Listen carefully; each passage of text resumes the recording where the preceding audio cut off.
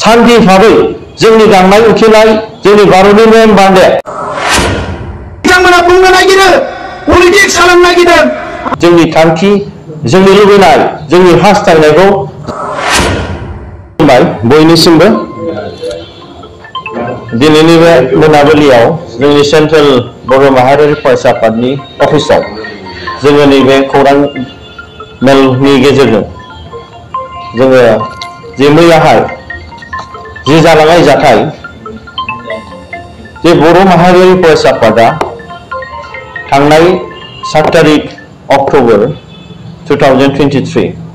बिदि उदालगुरि डिस्ट्रिक्टआव जोंहा मोनसे सोमावसारनाय हाबाफारि लानायनि जि मोनसे थांखि लादोंमोन बेखौ लोब्बा लानानै बर' माहारियारि फरायसा आफाद उदालगुरि डिस्ट्रिक्टनि दैदेनगिरि बिथांमोनहा मास मोनसेनि आगोल जितु परमिशननि प्रसिडिउर्सखौ बानायनानै बिथांमोनहा थांनाय 5 तारिखआव सुपारिनटेन्डेन्ट अफ पुलिस उदालगुरि डिस्ट्रिक्टनिफ्राय एनअसि मोननानै बिथांमोनहा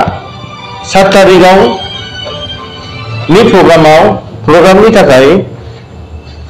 डेपुटी कमिशनार अफ उदालगुरि डिस्ट्रिक्टआ जि मोनसे परमिशन होनांगौमोन बिथांमोना इंटेंशनली बेखौ होआखै आरो जोंनि 7 तारिखनि बनसुनि जि सोमावसारनायनि आलादा रायजो सोरजिनायनि जि सोमावसारनाय बिनि थाखाय परमिशन बिथांमोना होआखै दा बेवहाय जों थोंजोङै नुनो मोनदों उदालगुरि डिस्ट्रिक्ट एडमिनिस्ट्रेशन बिथांमोनहा मानगोनां डेपुटी कमिशनार बिथाङा जे मोनसे भारतनि संविधान बादे मोनसे गोग्लैसोनाय हारिया ट्राइबल जाथिया दि सोमावसारनो एबा गावसिनि जि मोननांगौ संविधानिक बादे बेखौ बुंनो थाखाय बे प्रग्राम बानायनो थाखाय जे मोनथाय दंमोन बे मोनथायखौ बिथाङा टोटली भायलेट खालामदों under article 19 to the Constitution of India we have every rights the freedom of movement freedom of speech जोंनि थांखि जोंनि लुबैनाय जोंनि हास्थायनायखौ जोङो डिमान्ड खालामनो हानायनि जोंहा मोनसे कन्स्टिट्यूशनल प्रोविजन दं नाथाय बे कन्स्टिट्यूशनल प्रोविजनखौ मानगोनां डेपुटी कमिशनारा डाइरेक्टली आसाम गभर्नमेन्टनि जि मोनसे इन्स्टिगेशन आरो बीटीसी गभर्नमेन्टनि जि इन्स्टिगेशन बेखौ लानानै बिथांमोना राजनीतिक बायस खालामनानै जोंनि बे गणतान्त्रिक डेमोक्रेटिक जि मोनसे मुभमेन्ट जोंनि आलादा रायजो सोरजिनाय बर' हारिनि थाखाय बेखौ टोटली बिथांमोना नेग्लेक्ट खालामनाय जादों आरो भारतनि संविधानखौ भायलेशन खालामनाय जादों आरो बे भायलेशन खालामनाय बे असम्मान खालामनाया बनसुखौल' नङा नाथाय गासैबो बर' हारिखौ खालामनाय जादों मोनसे डिस्ट्रिक्ट एडमिनिस्ट्रेशना बे ट्राइबेलफोरनि सायाव रेसपेक्ट गैयै बर' हारिखौ सन्मान होयै भारतनि संविधानखौ भायलेशन खालामनानै जि मोनसे व्यवहार देखायदों बे व्यवहारखौ जोंनि बनसुआ जेब्लाबो निन्दा खालामदों आरो बे डेमोक्रेटिक भाबै बर' माहारियारि फरायसा आफादा शांति भाबै जोंनि गांनाय उखैनाय जोंनि भारतनि नेम बादे डेमोक्रेटिक भाबै आन्दोलन खालामनायनि जि मोनथाय दंमोन बेखौ मोनैखौ दिनै बिथांमोननि सायाव जों खुद्रिदों बेनि थाखायनो गाबोन जोङो फुंनि 5 तारिखनिफ्राय मोनानि 5 तासिम जोङो मोनसे जोंनि बड'लेण्ड टेरिटरियेल काउन्सिल एरियासआव जों मोनसे जेनेरेल स्ट्राइक खालामनाय जादों बेयाव टोटली गासैबो अफिसेस मार्केट्स बाजार गासैबो गारि हान्था मेला बन्द जाजोबगोन आरो बेनि गेजेराव जों गाबोननि जे 9 तारिखनि जे मोनसे फुंनि मर्निंनि 5 तानिफ्राय बेलासिसिम 5 तासिम कमप्लिट जों रायजो राजाखौ जों सांग्रां खालामनो लुबैदों जे बे माबाफोर मोनसे समस्या जायोबा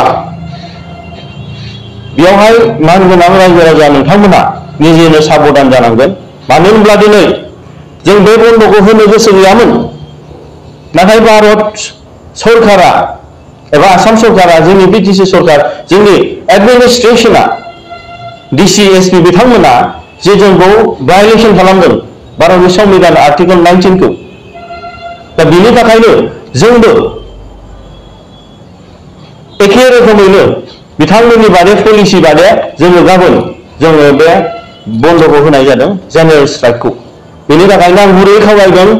गेदेमा रायजो राजा नोंथांमोनखौ नोंथांमोना जि मोनसे बंशनि बर' माहारि फरायसाफोरनि जे मोनसे खुद्रिसारनाय बिथांमोननि हेंथायै जे ट्राइबेलफोरनि जोंनो जे मोनसे राइट्स दंमोन under Article 19 to the Constitution of India जोङो आवाज होनो हानाय बिनो हानाय जों भइस होनो हानाय दा बेखौ बन्द' खालामदों बिनि थाखायनो जोंबो दिनै फुललि माने बिथांमोननि एगेन्स्टआव जों टटेलि जेनेरेल स्ट्राइक जोंनि बिटिसि ओनसोलाव गाबोन फुंनि 7टानिफ्राय मोनानि फुंनि 5टानिफ्राय मोनानि 5टासिम होनाय जाबाय आरो बेयाव गासैबो रायजो राजाफ्रा मानिलायनानै जाहाथे नोंथांमोननि व्यक्ति माने माखासे समयसा जाया बिनि थाखायनो बयबो एलार्ट थालायनायनि थाखाय आं गुरैनो खावलायहरनाय जाबाय थांगोन बड'लेण्ड बिनाय अब्लासिम बर' हारिनि सोमावसारनाया सोलिबाय थागोन नङाब्ला दुलाराय भारतनि थाखाय गोदान रायजो बिग्राफोरनि थाखाय मा जागोन बेखौ लानो थाखाय जोङो गोबां रोखोमनि एक्सारसाइजफोर Justice delayed is equal to justice denied. Amak justice lage boli ami iman bosor siorilu. We want democracy, we want justice, we want human right, we want constitutional right. Eneka slogan bilak diply ami Osom Sorkar, Bharat Sorkar bahut somoy bujabole chesta kori ahisu je amak nyay lage iatke beshi eko na lage. Gotike aji বিভিন্ন সময়ত সরকারে যিবিলাক policy লৈছে এই পলিসিটো half hearted policy বুলি আমি ক'ব লাগিব কাৰণ ফুল হার্টেড কৰিলে গোটেই দেশখনৰ কাৰণে হ'ব লাগিছিল আপোনালোকে দেখিবলৈ পাইছে যে কিছুমানে বহুত জীৱন দি পেলাই টেষ্ট দি পেলাই একো পোৱা নাই কিছুমানে একো নেদি পেলাইও বহুত পাইছে